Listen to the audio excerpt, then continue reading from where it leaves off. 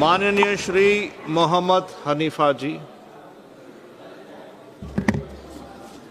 शुक्रिया chairman sir. सालों साल से डिमांड थी जो हमारी आधी आबादी है, इसे पार्लियामेंट में गारंटेड रिप्रेजेंटेशन दिया जाए, जो 2023 में ही सबकी सहमति से पास किया जा चुका है। तो मुझे लगता है कि ख़वातीन को रिजर्वेशन देने के मसले पर न ही मुझे और न ही किसी और को एतराज़ है, बल्कि सब लोग इसकी हिमायत करते हैं। सर, मैं आपकी तवज्जो इस बात की तरफ दिलाना चाहता हूँ कि ये जो गारंटी पूरे मुल्क के ख़वातीन को देने की बात की जा रही है, लद्दाख के ख़वातीन इससे काफ़ी हद तक महरूम रहेगी, क्योंकि इस बिल में ख़वातीन के लिए जो स्टेट असेंबली में रिजर्वेशन की बात कही गई है, लेकिन लद्दाख में लेजिस्लेटिव असेंबली है ही नहीं। जब असेंबली ही मौजूद नहीं तो रिजर्वेशन का पूरा फ़ायदा लद्दाख के ख़वातीन को नहीं मिलेगी।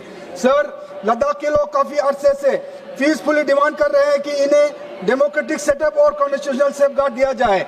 ये डिमांड हमारे यूनिक कल्चर, इन्वायरमेंट और आइडेंटिटी को प्रोटेक्ट करने के लिए है। सर, एमएचए ने एक हाई पावर कमेटी बनाई थी ताकि केडीए और एपेक्स बॉडी ले की नुमाइंदों के साथ बातचीत हो सके, लेकिन बदकिस्मती से ये मीटिंग रेगुलर तरीके से नहीं हो रही है। सर, मीटिंग की डेट लेने के लिए भी हमें प्रोटेस्ट और हंगर स्ट्राइक करने पड़ती है। मैं एमएचए के से ऑनरेबल होम मिनिस्टर से और सेंट्रल गवर्नमेंट से गुजारिश करता हूँ कि इन नेगोशिएशन को टाइम बाउंड तरीके से कंक्लूड करें और लद्दाख के आवाम की ख्वाहिशात के मुताबिक कॉन्स्टिट्यूशनल सेफगार्ड और लेजिस्लेटिव असेंबली दिया जाए, जिससे इस बिल का फ़ायदा लद्दाख के ख़वातीन तक पहुँचे। सर, लद्दाख स्ट्रेटेजिक और जोग्राफिकल दोनों लिहाज से हमारे मुल्क के सबसे अहम इलाकों में से एक है। ये तकरीबन 60,000 स्क्वायर किलोमीटर पर फैला हुआ है, जो इस देश के कई स्टेट से भी ज़्यादा बड़ा है। सर, इतने बड़े इलाके के बावजूद लद्दाख के पास सिर्फ एक लोकसभा सीट है। लद्दाख के ईस्ट कोने से वेस्ट कोने तक की दूरी तकरीबन 600 से 700 किलोमीटर और वेस्ट से और साउथ से नॉर्थ तक तकरीबन 400-500 किलोमीटर की दूरी पड़ती है। टोपोग्राफिकली और मौसमी हालात पर अगर नजर डालें तो ये दुनिया के सबसे मुश्किल टेरेन है। लद्दाख के अंदर सर्दियों में कई माह तक रोड जो है बंद रहते हैं और कई इलाके मुकम्मल तौर पर इनएक्सेसिबल रहते हैं। सर, एक सिंगल एमपी के लिए इतने बड़े और डाइवर्स रीजन को इफेक्टिवली रिप्रेजेंट करना तकरीबन नामुमकिन है।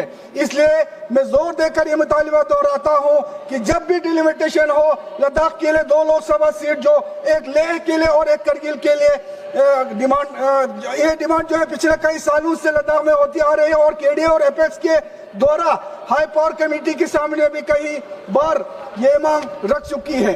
चेयरमैन सर, इस बिल की असली रूह यह है कि ख़वातीन को सिर्फ कागज पर नहीं बल्कि हकीकत में एम्पावर किया जाए। लद्दाख के ख़वातीन के लिए तब मुमकिन होगा जब इन्हें लेजिस्लेटिव असेंबली और कॉन्स्टिट्यूशनल सेफगार्ड और मुनासिब रिप्रेजेंटेशन मिले। सर, लद्दाख के लोग सब्र करते आए हैं, उन्होंने पीसफुल प्रोटेस्ट के लिए अनशन किया है और हर डेमोक्रेटिक डोर पर दस्तक दी है। अब वक्त आ गया है कि इनकी बात सुनी जाए। मैं वुमेन रिजर्वेशन कि हमेशा से हिमायत में रहा हूं और आज भी हिमायत में हूं। इसके साथ ही मैं आपके जरिए से गवर्नमेंट से गुजारिश करता हूं कि लद्दाख के लिए डेमोक्रेटिक सेटअप के तहत एक लेजिस्लेटिव असेंबली और कॉन्स्टिट्यूशनल सेफगार्ड दिया जाए, 2 लोकसभा सीट दिया जाए, एक लेह के लिए एक करगिल के लिए। बातचीत को दोबारा से शुरू किया जाए।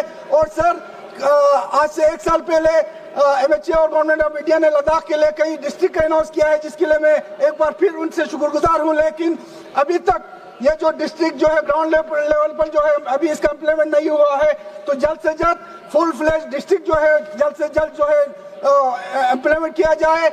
और इस डिस्ट्रिक्ट के जो बाउंड्रीज को लेके वहाँ पे काफी हद तक खदशा है लोगों में, खासकर करगिल डिस्ट्रिक्ट के लोगों को।